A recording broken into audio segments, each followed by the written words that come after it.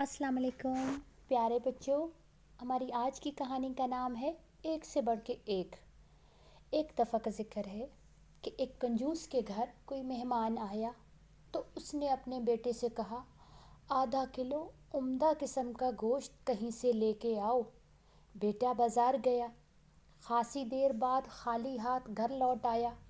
कंजूस बाप ने पूछा, गोश्त कहाँ है?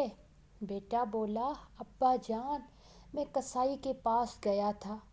उसे कहा, जो सबसे उम्दा गोश्त तुम्हारे पास है वो आधा किलो दे दो मुझे। कसाई ने कहा, बेफिक्र रहो, तुम्हें ऐसा गोश्त दूंगा गोया मक्खन हो। मैंने सोचा अगर ऐसा ही है तो मक्खन ही ले लेता हूँ। मैंने कसाई से गोश्त लेने का इरादा तुर्क कर दिया और सीधा बकाल के पास गया। उसे कहा, तुम्हारे पास जो सबसे उम्दा मक्खन है वो दे दो। बकाल ने कहा, बेफिक्र रहो, तुम्हें ऐसा मक्खन दूंगा जैसे शहद हो। मैंने सोचा अगर ऐसा ही है तो फिर शहद ही खरीद लूं। चुनाचा मैं शहद वाले के पास गया। उसे कहा, तुम्हारे यहाँ जो सबसे उम्दा शहद है वो मुझे दे दो।